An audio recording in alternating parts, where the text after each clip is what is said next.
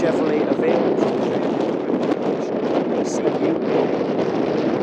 I do get a lot of questions asking where the ECU is, so it is now when you get a car replaced. I'm going to show you where the ECU is. It'll show up on YouTube when you search on Google. Coming into the engine bay here, and then you'll see this particular black box here. You need to pull this out, and then the ECU will slide out like that. Well, the connection will slide out.